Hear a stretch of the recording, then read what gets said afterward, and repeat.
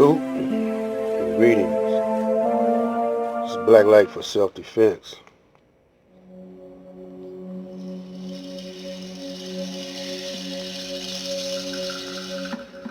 We're going to go black in the day. In Detroit, around 1956,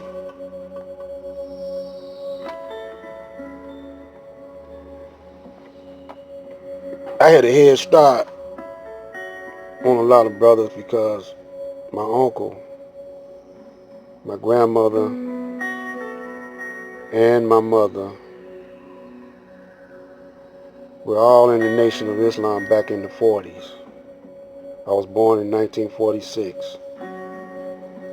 And my mother was attending meetings, but she hadn't yet joined up. She was pregnant with me.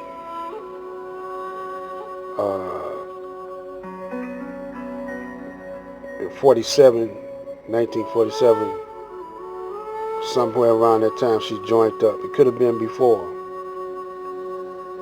And I was born in 46. So I would have had to been 1 year old. When I remember going to those meetings at the age, when I was at the age of 7, my mother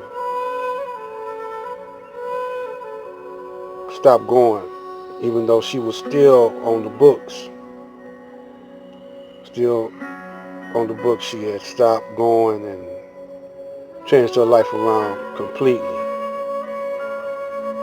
Never was a church-going person, my family, my mother or my father, even though other members were on my father's side going to church or whatever. On my mother's side, they were mostly gangsters and Muslims. Her two older brothers did not believe in nothing but getting that money. The youngest brother, but he was still older than my mother. My mother was the baby of the family. He stopped hustling and started attending the meetings and worked right alongside Malcolm and his family, also my mother. And my grandmother, she stopped going, the older she got, she stopped attending. But she still led that Muslim lifestyle by her diet, the way she ate. And she lived to be 101. She never did have Alzheimer's or nothing like that. But she died, I believe, of a broken heart. Because her children started going, they started going in other directions. But I can tell you how it is when you have that black mind consciousness and when you have that white consciousness. And when we moved over on the west side, on Finkel and Dexter, sandwiched between Linwood and Rosa Park and Davidson and Puritan, all around that area. When we moved over there, was very few blacks over there. It was a Jewish neighborhood. And when I was on the east side, mostly the east side was broken in, and those poor hillbillies over there, and they was mixing in with the blacks, Mexicans mixing in with the blacks. Only a few neighborhoods had real hardcore Klan type races, but they didn't too much mess with the brothers. The brothers had gangs, and they too much didn't. The white hillbillies didn't have gangs, but the Mexicans and the brothers had gangs on the east side, around Mac, East Grand Boulevard, around there. I lived all over the east side though.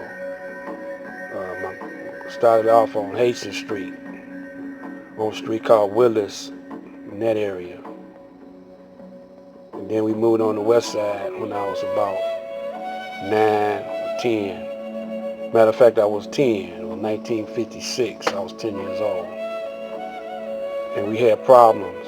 The schools I attended was Custer, which is now Frederick Marshall, Post, which is closed down, and Mumford. And we fought police, which it ain't too much come out in the paper. They had a article written up, Post Junior High, when they burnt the cross on this black couple's lawn.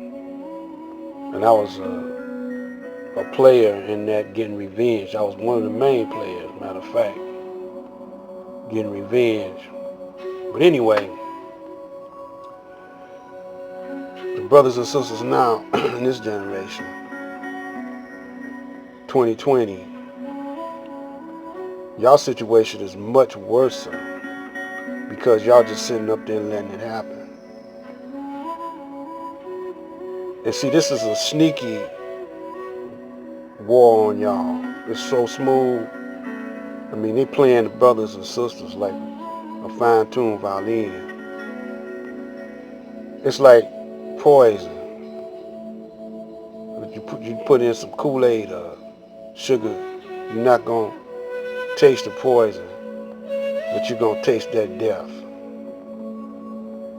And y'all chasing after that dollar, you know, and that dollar got you hooked more than drugs. That dollar got you hooked. You can't see where the Federal Reserve changed the game back in 1913. They took all the gold. See, otherwise you'll be having gold and silver in your pocket. You know, but they didn't want to give that to the brothers. They wanted to give you a token, so they printed up that Federal Reserve note. Y'all can't see that. And don't too many brothers talk about that. Dr. Claude Anderson don't talk about it, you know, because he's wrapped up in that dollar. See, what you need to be, what we got to have is scientists, people that can invent new sources of energy. So you're going to need a new way of thinking. See, your mind possesses the real wealth. This is Black Light saying stay tuned for part 2.